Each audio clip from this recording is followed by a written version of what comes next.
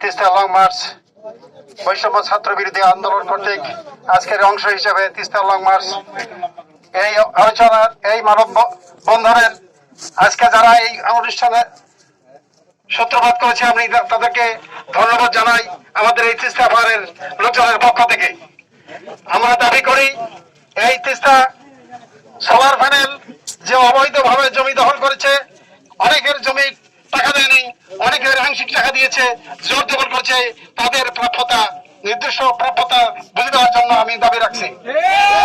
আর এই সালমান রহমান স্বৈরাচার লুটপাট করেছে আমাদের দেশের সম্পদ, এই সম্পদটি যাতে করে রাষ্ট্রীয়করণ করা হয় আমি এই অনুষ্ঠানের মাধ্যম দিয়ে তথ্য সরকারের প্রধানের কাছে দাবি করছি।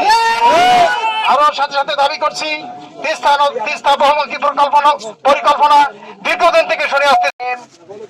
বৈষম্য বিরোধী ছাত্র আন্দোলনের উদ্যোগে আজকে এই লং মার্চ টু তিস্তা প্রোগ্রামে উপস্থিত সকলকে আমি আন্তরিকভাবে মোবারকবাদ জানাচ্ছি, কৃতজ্ঞতা প্রকাশ করছি।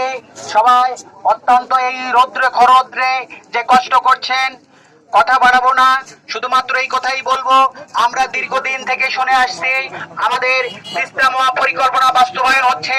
এই তিস্তা মহাপরিকল্পনা বাস্তবায়ন হলে আমাদের 4টি জেলা, বিশেষ করে লালমনিরহাট, রংপুর, কুড়িগ্রাম, গাইবান্ধা এই অংশের দুই পাড়ের তিস্তার দুই পাড়ের মানুষ অনেক উপকৃত হবে, তাদের জীবন মানের উন্নয়ন হবে। কিন্তু বারবারে আমরা দেখছি যে সেই তিস্তা মহাপরিকল্পনা নিয়ে টালবাহানা করা হচ্ছে। আমরা আরো দাবি জানাচ্ছি যে এই সোলার পাওয়ার প্ল্যান্ট করতে গিয়ে যেই মানুষগুলোকে একবারে ল্যান্ডচ্যুত করা হয়েছে, যাদেরকে ভূমিহীন করা হয়েছে, জোরপূর্বক তাদের ভূমি অধিগ্রহণ করা হয়েছে, তাদের ক্ষতিপূরণ দেওয়া হোক। সর্বোপরি এই অঞ্চলের মানুষ যেহেতু অনেক কষ্ট করেছে, জমি দিয়েছে, সে কারণে আমরা এই সোলার পাওয়ার প্ল্যান্ট থেকে যে বিদ্যুৎ উৎপন্ন হচ্ছে, এই বিদ্যুতের মাধ্যমে যেন আমাদের পীরগাছা, সুন্দরগঞ্জ, উলিপুর এই অঞ্চলে যেন এই রোড মার্চের মাধ্যমে বিনীত আমি আবেদন জানাচ্ছি, দাবি জানাচ্ছি। লং মার্চ টু তিস্তা প্রোগ্রামের বৈষম্য আন্দোলনের এই প্রোগ্রামের সবাইকে জানাই আন্তরিক মোবারকবাদ ও শুভেচ্ছা। আমরা এখানে সমবেত হয়েছি একটি কারণ, সেটি হচ্ছে 7 দফা দাবি বাস্তবায়নের লক্ষ্যে আমরা এই 7 দফা দাবির সঙ্গে একাত্মতা ঘোষণা করছি এবং যারা ক্ষতিগ্রস্ত হয়েছে, যাদের জমি দখল করে নেওয়া হয়েছে, তাদের ক্ষতিপূরণ দেওয়ার দাবি জানাচ্ছি। পাশাপাশি পীরগাছা যেন বিদ্যুৎ, পীরগাছা, সুন্দরগঞ্জ যেন বিদ্যুৎ দিয়ে তারপরে অন্য কোথাও বিদ্যুৎ দেওয়া হয়, এটাই সবার সুস্বাস্থ্য দীর্ঘায়ু কামনা করে আমি আমার বক্তব্য শেষ করছি। খোদা হাফেজ।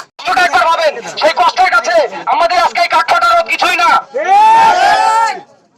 আমি পীরগাছা বৈষম্য বিরোধী ছাত্র আন্দোলনের পক্ষ হতে এই লং মার্চ টু তিস্তা আমাদের যে দাবি দফা সমূহ আছে, এটার প্রতি সংহতি প্রকাশ করছি এবং পরবর্তীতে এরপরে যে কোনো দাবি আদায়ে আমরা সর্বাত্মকভাবে সাধারণ মানুষের, উত্তরবঙ্গের এই বানবাসী তিস্তা পাড়ের মানুষের পাশে থাকবো ইনশাআল্লাহ।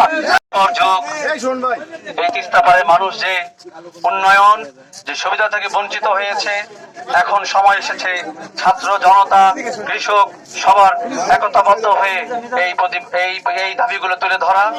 আমাদের পাশে যে তিস্তা পাওয়ার প্ল্যান্ট রয়েছে, খুব দ্রুত যেন সরকারের যারা শ্রম দিয়েছে, সমগ্র পীরগাছার যে মানুষরা পরিশ্রম করেছে, তাদের যেন আপনার বিদ্যুতের সুষম বন্টন হয়, তাদের ঘরে ঘরে যেন বিদ্যুৎ যায়, পীরগাছার মানুষের উন্নতি হোক।